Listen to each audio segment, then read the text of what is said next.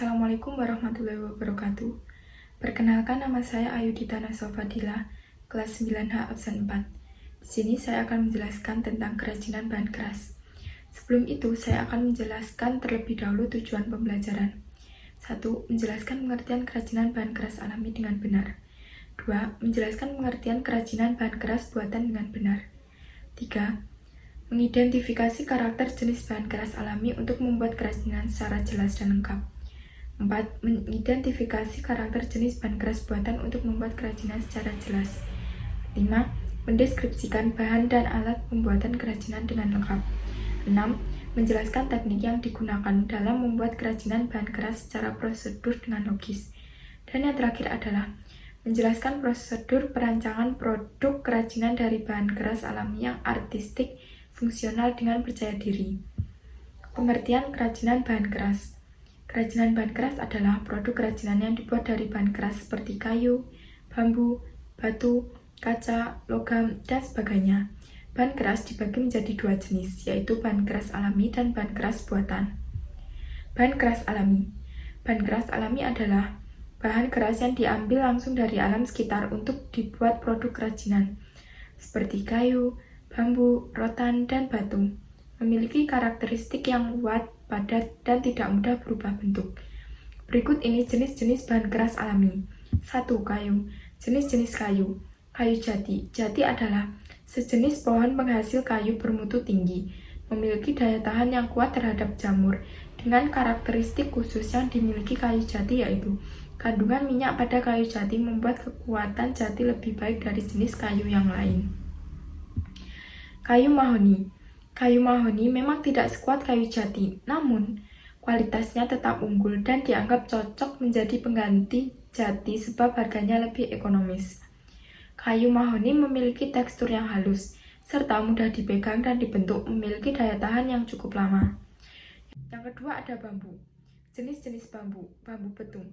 Bambu betung adalah salah satu jenis bambu yang memiliki ukuran lingkar batang yang besar dan termasuk ke dalam suku rumput-rumputan.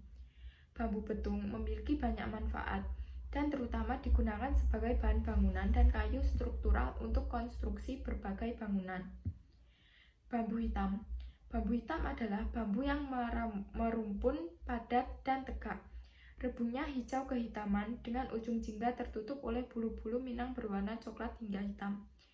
Bambu ini dimanfaatkan sebagai bahan pembuatan alat-alat musik tradisional seperti calung, angklung, dan gambang. Bambu tali.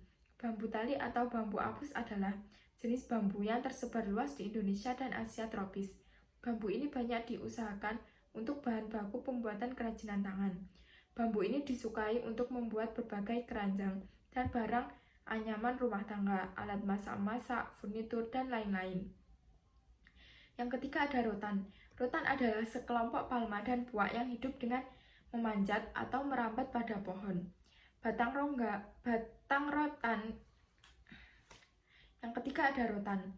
Rotan adalah sekelompok palma dan puak yang hidup dengan memanjat atau merambat pada pohon.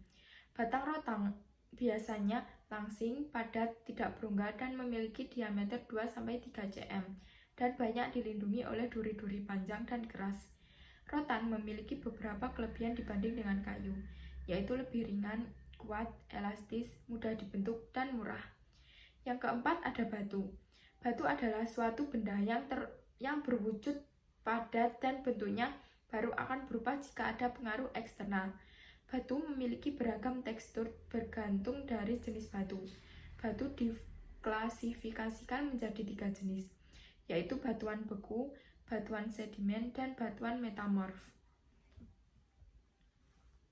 Bahan keras buatan. Bahan keras buatan adalah kerajinan yang dibuat dari bahan yang sudah melewati proses pengolahan lagi sehingga menjadi keras serta dijadikan sebagai bahan baku untuk kerajinan. Contohnya logam, aluminium, dan kaca. Berikut jenis bahan keras buatan. 1.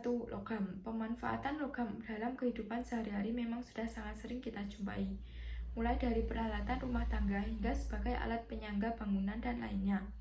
Namun, dalam pemanfaatannya, logam juga dapat dijadikan bahan untuk beberapa kerajinan. 2. Aluminium. Aluminium bersifat ringan, tahan korasi, penghantar panas, dan listrik yang baik. Sifat tahan korosi pada aluminium diperoleh karena terbentuknya lapisan oksida aluminium pada permukaan aluminium. 3. Kaca. Kaca memiliki tekstur yang bersifat kuat, tahan terhadap panas yang cukup tinggi, sulit untuk dibentuk, namun akan mudah saat dipanaskan dengan panas yang tinggi, bersifat transparan atau tembus padang. Alat yang digunakan dalam pembuatan kerajinan bahan keras sebagai berikut.